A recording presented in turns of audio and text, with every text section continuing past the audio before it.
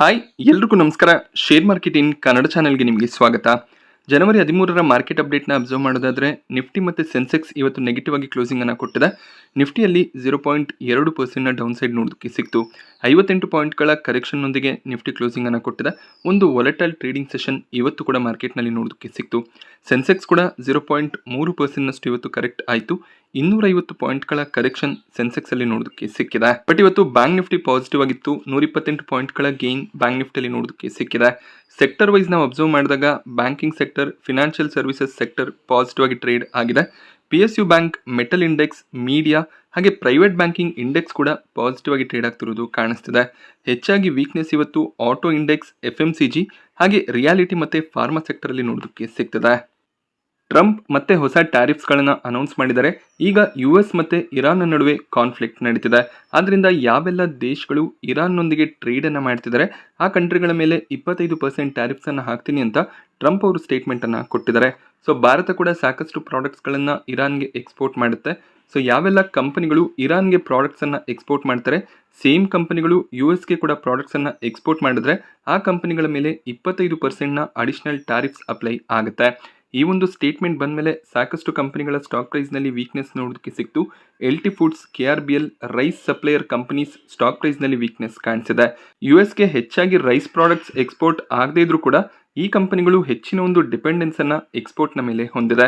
ಹಾಗೆ 2025ರ financial year ನಲ್ಲಿ USಗೆ export ಆಗುವಂತಹ ರೈಸ್ ಕ್ವಾಂಟಿಟಿ ಏನಿದೆ 20% ನಷ್ಟು ಇನ್ಕ್ರೀಸ್ ಆಗ್ತಿರೋದು ಕೂಡ ಕಾಣಿಸ್ತಿದೆ. ಸೊ ಟ್ರಂಪ್ ಅವರ ಈ ಒಂದು ಥ್ರೆಟ್ ನಿಂದ ಈ ಕಂಪನಿಗಳ ಸ್ಟಾಕ್ ಪ್ರೈಸ್ ನಲ್ಲಿ ವೀಕ್ನೆಸ್ ನೋಡೋದಕ್ಕೆ ಸಿಗ್ತದೆ. ಸೊ ಕೇವಲ ರೈಸ್ ಅಷ್ಟೇ ಅಲ್ಲ, ಫ್ರೂಟ್ ಅಂಡ್ ನಟ್ಸ್ ಆಗಿರ್ಬೋದು, ಮಿನರಲ್ ಫ್ಯೂಯಲ್ಸ್, ಆರ್ಗ್ಯಾನಿಕ್ ಕೆಮಿಕಲ್ಸ್, ಈ ರೀತಿಯಲ್ಲಿ ಸಾಕಷ್ಟು ಪ್ರಾಡಕ್ಟ್ಸ್ಗಳನ್ನು ಭಾರತ USಗೆ ಎಕ್ಸ್ಪೋರ್ಟ್ ಮಾಡುತ್ತೆ. ಸೊ ಎಲ್ಲ ಕಂಪನಿಗಳ ಸ್ಟಾಕ್ ಪ್ರೈಸ್ನಲ್ಲಿ ಕೂಡ ಸಾಕಷ್ಟು ವೀಕ್ನೆಸ್ ಈ ಒಂದು ಟ್ಯಾರಿಫ್ ಅನೌನ್ಸ್ಮೆಂಟ್ನಿಂದ ನೋಡೋದಕ್ಕೆ ಸಿಕ್ಕಿದೆ. ಸೊ ಟ್ರಂಪ್ ಏನೇ ಸಮಸ್ಯೆ ಬಂದರೂ ಕೂಡ ಟ್ಯಾರಿಫ್ ಅಂತ ಎಲ್ಲ ದೇಶಗಳ ಮೇಲೆ ಟ್ಯಾರಿಫ್ಸ್ ಅನ್ನು ಅಪ್ಲೈ ಮಾಡ್ತಿದ್ದಾರೆ. US ಸುಪ್ರೀಂ ಕೋರ್ಟ್ನಲ್ಲಿ ಇದರ ಅಗೇನ್ಸ್ಟ್ ಆಗಿ ಕೇಸ್ ಕೂಡ ನಡೀತಿದೆ.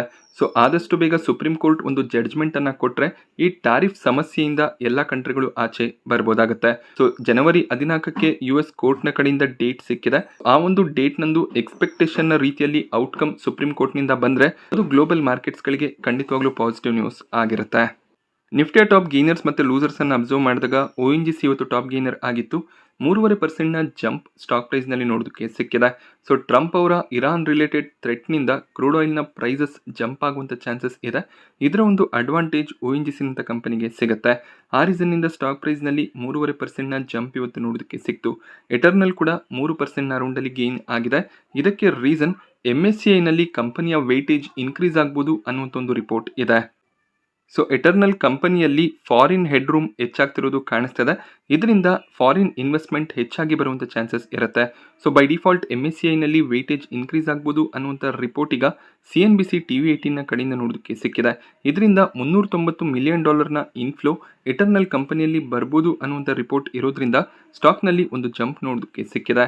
ಬಟ್ ಒಂದು ನೆಗೆಟಿವ್ ನ್ಯೂಸ್ ಅಂದರೆ ಬ್ಲಿಂಕಿಟ್ ಇವರ ಗ್ರಾಸರಿ ಬಿಸ್ನೆಸ್ ಏನಿದೆ ಈ ಕಂಪನಿ 10 ಮಿನಿಟ್ ಡೆಲಿವರಿಯನ್ನು ಪ್ರೊವೈಡ್ ಮಾಡ್ತಿದ್ರು. ಸೊ ಸಾಕಷ್ಟು ಗಿಗ್ ವರ್ಕರ್ಸ್ಗಳು ಇದರ ಅಗೇನ್ಸ್ಟ್ ಆಗಿ ಪ್ರೊಟೆಸ್ಟ್ ಅನ್ನು ಕೂಡ ಮಾಡಿದ್ರು. ಈಗ ಕಂಪನಿ ಈ 10 ಮಿನಿಟ್ ಡೆಲಿವರಿ ಡೆಡ್ಲೈನ್ ಅನ್ನ ಎಂಡ್ ಮಾಡಿದ್ದಾರೆ. ಈ ಒಂದು 10 ಮಿನಿಟ್ ಡೆಲಿವರಿ ಅಂತ ಸಾಕಷ್ಟು ಜನರು ತಮ್ಮ ಲೈಫ್ ಅನ್ನ ರಿಸ್ಕ್ ನಲ್ಲಿ ಇಟ್ಟು ಡೆಲಿವರಿಯನ್ನು ಪ್ರೊವೈಡ್ ಮಾಡ್ತಿದ್ರು. ಆ ರೀಸನ್ ನಿಂದ ಗಿಗ್ ವರ್ಕರ್ಸ್ ಪ್ರೊಟೆಸ್ಟ್ ಅನ್ನ ಮಾಡಿದ್ರು. ಸೊ ಫೈನಲಿ ಬ್ಲಿಂಕಿಟ್, ಸ್ವಿಗ್ಗಿ ಈ 10 ಮಿನಿಟ್ ಡೆಲಿವರಿ ಏನಿದೆ ಅದನ್ನ ಎಂಡ್ ಮಾಡಿದ್ದಾರೆ. ಇದು ಕಂಪನಿಯ ಶೇರ್ ಹೋಲ್ಡರ್ಸ್ಗಳಿಗೆ ಸ್ವಲ್ಪ ಮಟ್ಟಿಗೆ ನೆಗೆಟಿವ್ ಆಗುತ್ತೆ. ಯಾಕೆಂದ್ರೆ ಬೇಗ ಡೆಲಿವರಿ ಸಿಗುತ್ತೆ ಅಂತ ಸಾಕಷ್ಟು ಜನ ಆರ್ಡರ್ಗಳನ್ನು ಪ್ಲೇಸ್ ಮಾಡ್ತಿದ್ರು. ಈಗ 10 ಮಿನಿಟ್ ಡೆಲಿವರಿ ಇಲ್ಲ ಅಂದಾಗ ಆರ್ಡರ್ನ ಸಂಖ್ಯೆ ಕಡಿಮೆ ಆಗ್ಬೋದು. ಆ ರೀಸನ್ನಿಂದ ಸ್ವಲ್ಪ ಪ್ರಾಫಿಟ್ ಬುಕಿಂಗ್ ಸ್ವಿಗ್ಗಿ ಮತ್ತು ಎಟರ್ನಲ್ನಲ್ಲಿ ನೋಡೋದಕ್ಕೆ ಸಿಕ್ತು. ಬಟ್ ಸ್ಟಿಲ್ ಎಟರ್ನಲ್ ಪಾಸಿಟಿವ್ ಆಗಿ ಕ್ಲೋಸಿಂಗ್ ಅನ್ನು ಕೊಟ್ಟಿದೆ. ಸೊ IT ಸ್ಟಾಕ್ಗಳು ಪಾಸಿಟಿವ್ ಆಗಿ ಟ್ರೇಡ್ ಆಯಿತು. ಟೆಕ್ ಮಹೀಂದ್ರ 2% ಗೇನ್ ಆಗಿದೆ.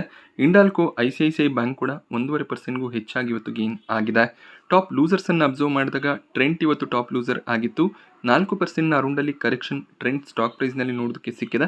ಸೊ ಮತ್ತೆ 4000 ಲೆವೆಲ್ನ ಕೆಳಗಡೆ ಈಗ ಟ್ರೆಂಡ್ ಟ್ರೇಡ್ ಆಗೋದಕ್ಕೆ ಸ್ಟಾರ್ಟ್ ಆಗಿದೆ. ಸ್ಲೋ ಆಗಿ ಒಂದು ರಿಕವರಿ ಟ್ರೆಂಡ್ ಸ್ಟಾಕ್ ಪ್ರೈಸ್ನಲ್ಲಿ ನೋಡೋದಕ್ಕೆ ಸಿಕ್ಕಿತ್ತು. ಬಟ್ ಈಗ ಮತ್ತೆ ಪ್ರಾಫಿಟ್ ಬುಕಿಂಗ್ ಬರ್ತಿದೆ. LNT ಸ್ಟಾಕ್ ಪ್ರೈಸ್ನಲ್ಲಿ ಕೂಡ 3% ಕರೆಕ್ಷನ್ ಇವತ್ತು ನೋಡೋದಕ್ಕೆ ಸಿಕ್ತು. ಇದಕ್ಕೆ ರೀಸನ್ ಒಂದು ಆರ್ಡರ್ ಕ್ಯಾನ್ಸಲ್ ಆಗ್ತಿದೆ ಅನ್ನುವಂಥ ರಿಪೋರ್ಟ್ ನೋಡೋದಕ್ಕೆ ಸಿಕ್ಕಿತ್ತು. ಕುವೈತ್ $8.7 ಬಿಲಿಯನ್ ಆಯಿಲ್ ಟೆಂಡರ್ನ ಕ್ಯಾನ್ಸಲ್ ಮಾಡ್ತಿದ್ದಾರೆ ಅನ್ನುವಂಥ ನ್ಯೂಸ್ ನೋಡೋಕ್ಕೆ ಸಿಕ್ಕಿದೆ. ಇದರ ಬಗ್ಗೆ ಕಂಪನಿ ಕ್ಲಾರಿಫಿಕೇಶನ್ಸನ್ನು ಕೂಡ ಕೊಟ್ಟಿದ್ದಾರೆ. ಇದು ಆರ್ಡರ್ ಬುಕ್ ರಿಲೇಟೆಡ್ ಆರ್ಡರ್ ಅಲ್ಲ, ಅಂದರೆ ಆಲ್ರೆಡಿ ಸಿಕ್ಕು ಕ್ಯಾನ್ಸಲ್ ಆಗ್ತಿರುವಂಥ ಆರ್ಡರ್ ಅಲ್ಲ. ನಾವು ಒಂದು ಟೆಂಡರ್ನ ಸಬ್ಮಿಟ್ ಮಾಡಿದ್ವಿ, ಆ ಒಂದು ಟೆಂಡರ್ ಪಾಸ್ ಆಗಿಲ್ಲ, ಮೇ ಬಿ ಅದರಿಂದ ಆರ್ಡರ್ ಕ್ಯಾನ್ಸಲ್ ಆಗ್ಬೋದು ಅಂತ L&T ಕ್ಲಾರಿಫಿಕೇಶನ್ಸನ್ನು ಕೊಟ್ಟಿದ್ದಾರೆ. ಕಂಪನಿಗಳು ತಮ್ಮ ಒಂದು ಆರ್ಡರ್ ಬುಕ್ ಗೈಡೆನ್ಸನ್ನು ಕೊಟ್ಟಿರ್ತಾರೆ. ಅಂದರೆ ಈ ಆರ್ಡರ್ಗಳು ನಮಗೆ ಸಿಗ್ಬೋದು ಅಂತ ಮುಂಚೆನೇ ನಮ್ಮ ಆರ್ಡರ್ ಬುಕ್ ಇಷ್ಟು ಜಂಪ್ ಆಗುತ್ತೆ ಅಂತ ಪ್ರಿಡಿಕ್ಷನನ್ನು ಕೊಟ್ಟಿರ್ತಾರೆ. ಬಟ್ ಈಗ $8.7 ಬಿಲಿಯನ್ ಟೆಂಡರ್ ಎಕ್ಸ್ಪೆಕ್ಟೇಷನ್ ಏನಿತ್ತು, ಆ ಒಂದು ಟೆಂಡರ್ ಸಿಗಲಿಲ್ಲ ಅಂದರೆ ಎಕ್ಸ್ಪೆಕ್ಟೇಷನ್ ರೀತಿಯಲ್ಲಿ ಆರ್ಡರ್ ಬುಕ್ ಗ್ರೋ ಆಗೋದಿಲ್ಲ. ಆ ರೀಸನ್ನಿಂದ ಸ್ಟಾಕ್ ಪ್ರೈಸ್ನಲ್ಲಿ ವೀಕ್ನೆಸ್ ನೋಡೋದಕ್ಕೆ ಸಿಕ್ಕಿದೆ. ಎಕ್ಸಿಸ್ಟಿಂಗ್ ಆರ್ಡರ್ ಬುಕ್ನಲ್ಲಿ ಪ್ರಾಬ್ಲಮ್ ಇಲ್ಲ ಅಂದರೂ ಕೂಡ ಫ್ಯೂಚರ್ನಲ್ಲಿ ಅಂದರೆ 2027-28ಕ್ಕೆ ಗೈಡೆನ್ಸ್ ಏನು ಕೊಟ್ಟಿದ್ರು, ಆ ಗೈಡೆನ್ಸನ್ನು L&T ಮೀಟ್ ಮಾಡೋದಕ್ಕೆ ಸಾಧ್ಯ ಆಗದೇ ಇರ್ಬೋದು. ಡಾಕ್ಟರ್ ರೆಡ್ಡಿಸ್ ಲ್ಯಾಬ್ ಸ್ಟಾಕ್ ಪ್ರೈಸ್ನಲ್ಲಿ ಕೂಡ 3% ಅರೌಂಡಲ್ಲಿ ಕರೆಕ್ಷನ್ ನೋಡೋದಕ್ಕೆ ಸಿಕ್ಕಿದೆ. ಸೊ ಟ್ಯಾರಿಫ್ ರಿಲೇಟೆಡ್ ಕನ್ಸರ್ನ್ಸ್ಗಳು ಫಾರ್ಮಾ ಸೆಕ್ಟರ್ನ ಸ್ಟಾಕ್ಗಳಲ್ಲಿ ಕೂಡ ನೆಗೆಟಿವ್ ಇಂಪ್ಯಾಕ್ಟ್ಗೆ ಕಾರಣ ಆಗಿದೆ. ಇಂಡಿಗೋ ಸ್ಟಾಕ್ ಕೂಡ 2% ಅರೌಂಡಲ್ಲಿ ಕರೆಕ್ಟ್ ಆಯಿತು. ರಿಲಯನ್ಸ್ ಕೂಡ 2% ಇವತ್ತು ಕರೆಕ್ಟ್ ಆಗಿದೆ. So mid cap small cap mutual ಫಂಡ್ಗಳಲ್ಲಿ ಒಂದು ಸ್ಟ್ರಾಂಗ್ ಇನ್ಫ್ಲೋ 2025 ವರ್ಷದಲ್ಲಿ ನೋಡೋದಕ್ಕೆ ಸಿಗ್ತದೆ. ಮಿಡ್ ಕ್ಯಾಪ್ ಸ್ಕೀಮ್ಸ್ಗಳಲ್ಲಿ 49,939 ಕೋಟಿಯ ಇನ್ವೆಸ್ಟ್ಮೆಂಟ್ 2025 ವರ್ಷದಲ್ಲಿ ನೋಡೋದಕ್ಕೆ ಸಿಕ್ಕಿದೆ. Year on year 46% investment increase ಆಗ್ತಿರೋದು ಕಾಣಿಸ್ತಿದೆ. ಸೊ ಗೊತ್ತಾಗುತ್ತೆ ಮ್ಯೂಚುವಲ್ ಫಂಡ್ಗಳಲ್ಲಿ ಇನ್ಫ್ಲೋಸ್ ಎಷ್ಟು ಸ್ಟ್ರಾಂಗ್ ಆಗಿ ಬರ್ತಿದೆ. ರಿಟೇಲ್ ಪಾರ್ಟಿಸಿಪೇಷನ್ ಮ್ಯೂಚುವಲ್ ಫಂಡ್ಗಳಲ್ಲಿ ಸ್ಟ್ರಾಂಗ್ ಆಗ್ತಿರೋದು ಕಾಣಿಸ್ತಿದೆ. ಅದೇ ರೀತಿಯಲ್ಲಿ ಸ್ಮಾಲ್ ಕ್ಯಾಪ್ ಸ್ಕೀಮ್ಗಳಲ್ಲಿ 52,321 ಕೋಟಿಯ ಇನ್ವೆಸ್ಟ್ಮೆಂಟ್ ಬಂದಿದೆ. ಇಯರ್ ಆನ್ ಇಯರ್ ಈ ಒಂದು ನಂಬರ್ಸ್ 53% ಇನ್ಕ್ರೀಸ್ ಆಗ್ತದೆ. ಸೊ ಸಾಕಷ್ಟು ರಿಟೇಲ್ ಇನ್ವೆಸ್ಟರ್ಸ್ಗಳು ಲಾರ್ಜ್ ಕ್ಯಾಪ್ ಸ್ಟಾಕ್ಗಳಲ್ಲಿ ಇಂಡಿವಿಜುವಲ್ ಆಗಿ ಇನ್ವೆಸ್ಟ್ ಮಾಡ್ತಾರೆ. ಮಿಡ್ ಕ್ಯಾಪ್ ಮತ್ತು ಸ್ಮಾಲ್ ಕ್ಯಾಪ್ ಮ್ಯೂಚುವಲ್ ಫಂಡ್ಗಳಲ್ಲಿ ಅವರು ಇನ್ವೆಸ್ಟ್ ಮಾಡ್ತಿರ್ತಾರೆ. ಆದ್ದರಿಂದ ನಮಗೆ ಯೂಶಲಿ ಮಿಡ್ ಕ್ಯಾಪ್ ಮತ್ತು ಸ್ಮಾಲ್ ಕ್ಯಾಪ್ ಮ್ಯೂಚುವಲ್ ಫಂಡ್ಗಳಲ್ಲಿ ಇನ್ಫ್ಲೋಸ್ ಕೂಡ ಸ್ಟ್ರಾಂಗ್ ಆಗಿ ಕಾಣಿಸುತ್ತೆ. ಸೊ TCS ನಿನ್ನೆ ತಮ್ಮ ರಿಸಲ್ಟ್ಸನ್ನು ಡಿಕ್ಲೇರ್ ಮಾಡಿದ್ರು. ಎಕ್ಸೆಪ್ಷನಲ್ ಎಕ್ಸ್ಪೆನ್ಸಸ್ಗಳು ಇನ್ಕ್ರೀಸ್ ಆಗಿದ್ದರಿಂದ ಪ್ರಾಫಿಟ್ ಡ್ರಾಪ್ ಆಗಿತ್ತು. ಬಟ್ ಸಾಕಷ್ಟು ಬ್ರೋಕರೇಜ್ಗಳು ಒಳ್ಳೆ ಒಂದು ಟಾರ್ಗೆಟ್ಸ್ಗಳನ್ನೇ ಕೊಟ್ಟಿದ್ದಾರೆ. ಮೆಕ್ವೆರಿ ಔಟ್ ಪರ್ಫಾರ್ಮ್ ರೇಟಿಂಗನ್ನು ಕೊಟ್ಟಿದ್ದು 4,810 ಟಾರ್ಗೆಟ್ ಪ್ರೈಸನ್ನು ಕೊಟ್ಟಿದ್ದಾರೆ. ಇವತ್ತಿನ ಪ್ರೈಸ್ನಿಂದ 48% ಅಪ್ಸೈಡ್ನ ಪಾಸಿಬಿಲಿಟಿ ಇರುತ್ತೆ ಅನ್ನೋದು ಮೆಕ್ವೆರಿಯ ವ್ಯೂ ಆಗಿರುತ್ತೆ. Kotak institutional equities by recommendation ಕೊಟ್ಟಿದ್ದು 3,675 ಟಾರ್ಗೆಟ್ ಪ್ರೈಸನ್ನು ಕೊಡ್ತಾ ಇದ್ದಾರೆ. ಬಟ್ ನೋಮುರಾ ನ್ಯೂಟ್ರಲ್ ರೇಟಿಂಗ್ ಅನ್ನು ಕೊಟ್ಟು 3,300 ಟಾರ್ಗೆಟ್ ಪ್ರೈಸನ್ನು ಕೊಡ್ತಾ ಇದ್ದಾರೆ. ಸೊ 2027 ಫಿನಾನ್ಷಿಯಲ್ ಇಯರ್ನವರೆಗೂ ಗ್ರೋತ್ನ ಪಾಸಿಬಿಲಿಟೀಸ್ ಕಡಿಮೆ ಇರುತ್ತೆ ಅನ್ನೋದು ನೋಮುರಾ ವ್ಯೂ ಆಗಿರುತ್ತೆ. ಹಾಗೆ HSBC ಹೋಲ್ಡ್ ರೆಕಮೆಂಡೇಶನ್ ಕೊಟ್ಟಿದ್ದು 3,450 ಟಾರ್ಗೆಟ್ ಪ್ರೈಸನ್ನು ಕೊಡ್ತಾ ಇದ್ದಾರೆ. ಟೋಟಲ್ 51 ಅನಲಿಸ್ಟ್ಗಳು TCS ಸ್ಟಾಕನ್ನು ಕವರ್ ಮಾಡಿ ಅದರಲ್ಲಿ 35 ಬ್ರೋಕರೇಜ್ಗಳು ಬೈ ರೆಕಮೆಂಡೇಶನ್ ಕೊಟ್ಟಿದ್ದಾರೆ. 12 ಬ್ರೋಕರೇಜ್ಗಳ ಕಡೆಯಿಂದ ಹೋಲ್ಡ್ ರೆಕಮೆಂಡೇಶನ್ ಇದೆ. ಕೇವಲ 4 ಬ್ರೋಕರೇಜ್ಗಳು ಮಾತ್ರ ಸೆಲ್ ಕಾಲನ್ನು ಕೊಟ್ಟಿದ್ದಾರೆ. ಹಾಗೆ ಡೊಮೆಸ್ಟಿಕ್ ಬ್ರೋಕರೇಜ್ಗಳನ್ನು ಅಬ್ಸರ್ವ್ ಮಾಡಿದಾಗ Motilal Oswal, JM financials, LRS securities ಎಲ್ಲರೂ ಕೂಡ ಅಕ್ಯುಮುಲೇಟ್ ರೆಕಮೆಂಡೇಶನ್ ಅನ್ನು ಕೊಟ್ಟಿದ್ದಾರೆ. 3,600ರಿಂದ 3,800ವರೆಗೂ ಟಾರ್ಗೆಟ್ಸ್ ಇದೆ. ಮೋತಿಲಾಲ್ ಓಸ್ವಾಲ್ 4,400 ಟಾರ್ಗೆಟ್ ಪ್ರೈಸನ್ನು ಕೊಟ್ಟಿದ್ದಾರೆ. ಸೊ TCS ಇವತ್ತು ಪಾಸಿಟಿವ್ ಆಗಿ ಟ್ರೇಡ್ ಆಗಿದೆ. ಒಳ್ಳೆ ಒಂದು ರಿಸಲ್ಟೇ TCSನ ಕಡೆಯಿಂದ ನೋಡೋದಕ್ಕೆ ಸಿಕ್ಕಿತ್ತು. ಡೀಲ್ ವಿನ್ಸ್ ಕೂಡ ಸ್ಟ್ರಾಂಗ್ ಆಗಿದೆ. AI ಸೆಗ್ಮೆಂಟಲ್ಲಿ ಒಳ್ಳೆ ರೆವೆನ್ಯೂಸ್ ಕೂಡ ಜನರೇಟ್ ಆಗಿದೆ. ಈ ರೀಸನ್ನಿಂದ ಸ್ಟಾಕ್ ಪಾಸಿಟಿವ್ ಆಗಿ ಟ್ರೇಡ್ ಆಗಿದೆ. ಬಟ್ ಸಾಕಷ್ಟು ಬ್ರೋಕರೇಜ್ಗಳು 3,500, 3,600 ಅರೌಂಡಲ್ಲಿ ಟಾರ್ಗೆಟ್ಸ್ಗಳನ್ನು ಕೊಟ್ಟಿದ್ದಾರೆ. ಕೇವಲ 2 ಬ್ರೋಕರೇಜ್ಗಳ ಕಡೆಯಿಂದ 4,000 ಮೇಲೆ ಟಾರ್ಗೆಟ್ಸ್ ನೋಡೋದಕ್ಕೆ ಸಿಗುತ್ತೆ. ಸೊ ಲಾಂಗ್ ಟರ್ಮ್ ಪರ್ಸ್ಪೆಕ್ಟಿವ್ನಿಂದ TCS ಕಂಪನಿಯನ್ನು ಪೋರ್ಟ್ಫೋಲಿಯೋನಲ್ಲಿ ಕಂಟಿನ್ಯೂ ಮಾಡ್ಬೋದು. HCL ಟೆಕ್ ಕೂಡ ತಮ್ಮ ರಿಸಲ್ಟ್ಸನ್ನು ಡಿಕ್ಲೇರ್ ಮಾಡಿದ್ರು. ಈ ಕಂಪನಿ ಕೂಡ ಒಳ್ಳೆ ಒಂದು ರಿಸಲ್ಟನ್ನು ಡಿಕ್ಲೇರ್ ಮಾಡಿದ್ರು. ಲೇಬರ್ ಕೋಡ್ ರಿಲೇಟೆಡ್ ಎಕ್ಸ್ಪೆನ್ಸಸ್ ಇದ್ದಿದ್ದರಿಂದ ಪ್ರಾಫಿಟ್ ಫಾಲ್ ಆಗಿತ್ತು. ಇಲ್ಲೂ ಕೂಡ ಬ್ರೋಕರೇಜ್ ಟಾರ್ಗೆಟ್ ಸ್ಟ್ರಾಂಗ್ ಆಗಿ ಇದೆ. HCL ಟೆಕ್ನಲ್ಲಿ ಮಾರ್ಗನ್ ಸ್ಟ್ಯಾನ್ಲಿ ಈಕ್ವಲ್ ವೇಟ್ ರೇಟಿಂಗನ್ನು ಕೊಟ್ಟು 1,760 ಟಾರ್ಗೆಟ್ ಪ್ರೈಸ್ ಕೊಟ್ಟಿದ್ದಾರೆ. ಮೆಕ್ವರಿ 2,080 ಟಾರ್ಗೆಟ್ ಪ್ರೈಸ್ ಕೊಟ್ಟು ಔಟ್ ಪರ್ಫಾರ್ಮ್ ರೇಟಿಂಗನ್ನು ಕೊಟ್ಟಿದ್ದಾರೆ. ನೋಮುರಾ ಕೂಡ ಬೈ ರೆಕಮೆಂಡೇಶನ್ ಕೊಟ್ಟಿದ್ದು 1,810 ಟಾರ್ಗೆಟ್ ಪ್ರೈಸನ್ನು ಕೊಟ್ಟಿದ್ದಾರೆ. HCL ಟೆಕ್ ಇವತ್ತು ಸ್ವಲ್ಪ ಮಟ್ಟಿಗೆ ನೆಗೆಟಿವ್ ಆಗಿ ಟ್ರೇಡ್ ಆಗಿದೆ. ಬಟ್ ಸಾಕಷ್ಟು ಬ್ರೋಕರೇಜ್ಗಳು ಒಳ್ಳೆ ಟಾರ್ಗೆಟ್ಸನ್ನೇ ಕೊಟ್ಟಿದ್ದಾರೆ.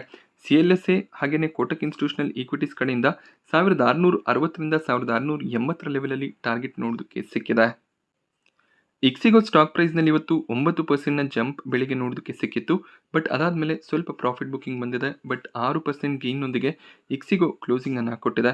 ಇದಕ್ಕೆ ರೀಸನ್ JM ಫಿನಾನ್ಷಿಯಲ್ಸ್ನ ಕಡೆಯಿಂದ ಡಬಲ್ ಅಪ್ಗ್ರೇಡ್ ನೋಡೋದಕ್ಕೆ ಸಿಕ್ತು.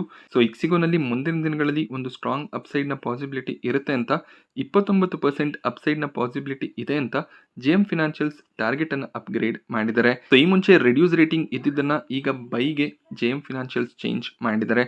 ಸೊ ಈ ಒಂದು ಡಬಲ್ ಅಪ್ಗ್ರೇಡ್ನ ರೀಸನ್ನಿಂದ ಸ್ಟಾಕ್ ಸ್ಟ್ರಾಂಗ್ ಆಗಿ ಗೇನ್ ಆಯಿತು. T V S supply chain stock ಪ್ರೈಸ್ನಲ್ಲಿ ಕೂಡ 3% ಜಂಪ್ ಇವತ್ತು ನೋಡೋದಕ್ಕೆ ಸಿಕ್ಕಿದೆ. ಇದಕ್ಕೆ ರೀಸನ್ 3 ವರ್ಷದ ಸಪ್ಲೈ ಚೈನ್ ಕಾಂಟ್ರಾಕ್ಟನ್ನು ಡ್ಯಾಮ್ಲರ್ ಇಂಡಿಯಾ ಕಮರ್ಷಿಯಲ್ ವೆಹಿಕಲ್ನ ಕಡೆಯಿಂದ ಕಂಪನಿ ಪಡ್ಕೊಂಡಿದ್ದಾರೆ. So T V S supply chain ಈ ರೀತಿಯ ಸರ್ವಿಸ್ಗಳನ್ನು ಪ್ರೊವೈಡ್ ಮಾಡುವಂಥ ಒಂದು ಕಂಪನಿ ಆಗಿರುತ್ತೆ. ಈ ರೀತಿಯ ಸಪ್ಲೈ ಚೈನ್ ಕಾಂಟ್ರಾಕ್ಟ್ಸ್ಗಳು ಖಂಡಿತವಾಗ್ಲೂ ಲಾಂಗ್ ಟರ್ಮ್ಗೆ ಪಾಸಿಟಿವ್ ಆಗುತ್ತೆ. ಐ ಪಿ ಒಗಳ ವಿಚಾರಕ್ಕೆ ಬಂದಾಗ BCCL ಭಾರತ್ ಕೋಕಿಂಗ್ ಕೋಲ್ ಲಿಮಿಟೆಡ್ನ ಕೊನೆ ದಿನದ ಸಬ್ಸ್ಕ್ರಿಪ್ಷನ್ ಎಂಡ್ ಆಯಿತು. Shareholder category 87 time subscribe ಆಗಿದೆ. ರಿಟೇಲ್ ಕ್ಯಾಟಗರಿಯಲ್ಲಿ 50 ಟೈಮ್ನ ಸಬ್ಸ್ಕ್ರಿಪ್ಷನ್ ನೋಡೋದಕ್ಕೆ ಸಿಗ್ತದೆ. HNI ಕ್ಯಾಟಗರಿ 258 ಟೈಮ್ ಸಬ್ಸ್ಕ್ರೈಬ್ ಆಯಿತು. QIB ಕ್ಯಾಟಗರಿಯಲ್ಲಿ ಕೂಡ 310 ಟೈಮ್ನ ಸಬ್ಸ್ಕ್ರಿಪ್ಷನ್ ನೋಡೋದಕ್ಕೆ ಸಿಗ್ತದೆ. ಸೊ ಈ ಒಂದು ಸ್ಟ್ರಾಂಗ್ ಸಬ್ಸ್ಕ್ರಿಪ್ಷನ್ಗೆ ರೀಸನ್ ಗ್ರೇ ಮಾರ್ಕೆಟ್ ಪ್ರೀಮಿಯಂ ಆಗಿರುತ್ತೆ. ಪ್ರತಿ ಲಾಟ್ನ ಮೇಲೆ 6,000 ರೂಪಾಯಿಗೂ ಹೆಚ್ಚಿನ ಪ್ರಾಫಿಟ್ ಎಕ್ಸ್ಪೆಕ್ಟೇಷನ್ ಇರೋದ್ರಿಂದ ಎಲ್ಲರೂ ಕೂಡ ಸಾಕಷ್ಟು ಲಾಟ್ಗಳಿಗೆ ಅಪ್ಲಿಕೇಶನ್ಸನ್ನು ಹಾಕ್ತಿದ್ದಾರೆ. ಆ ರೀಸನ್ನಿಂದ ಸಾಕಷ್ಟು ಓವರ್ ಸಬ್ಸ್ಕ್ರಿಪ್ಷನ್ ಬಂದಿದೆ. ಅಲಾಟ್ಮೆಂಟ್ನ ಚಾನ್ಸಸ್ ಕೂಡ ತುಂಬಾ ಕಡಿಮೆ ಇರುತ್ತೆ. ಸೊ ಈ ಒಂದು ಐ ಪಿ ಒನಲ್ಲಿ ಲಕ್ ಬೇಸಿಸ್ ಮೇಲೆ ಅಲಾಟ್ಮೆಂಟನ್ನು ಎಕ್ಸ್ಪೆಕ್ಟ್ ಮಾಡಬೇಕಾಗುತ್ತೆ. ರೀಸೆಂಟಾಗಿ ಬಂದಂಥ ಐ ಪಿ ಒಗಳಲ್ಲಿ ಇಷ್ಟೊಂದು ಲಿಸ್ಟಿಂಗಿನ ಎಕ್ಸ್ಪೆಕ್ಟೇಷನ್ಸ್ ಇರಲಿಲ್ಲ. ಆದ್ದರಿಂದ ತುಂಬ ಜನ ಈ ಐ ಪಿ ಒಗೆ ಅಪ್ಲಿಕೇಶನನ್ನು ಹಾಕಿದ್ದಾರೆ. 1070 ಕೋಟಿಯ ಇಶ್ಯೂ ಸೈಜ್ ಇದ್ರೂ ಕೂಡ ತುಂಬಾ ಹೆಚ್ಚಿನ ಓವರ್ ಸಬ್ಸ್ಕ್ರಿಪ್ಷನ್ಸ್ ಬಂದಿದೆ.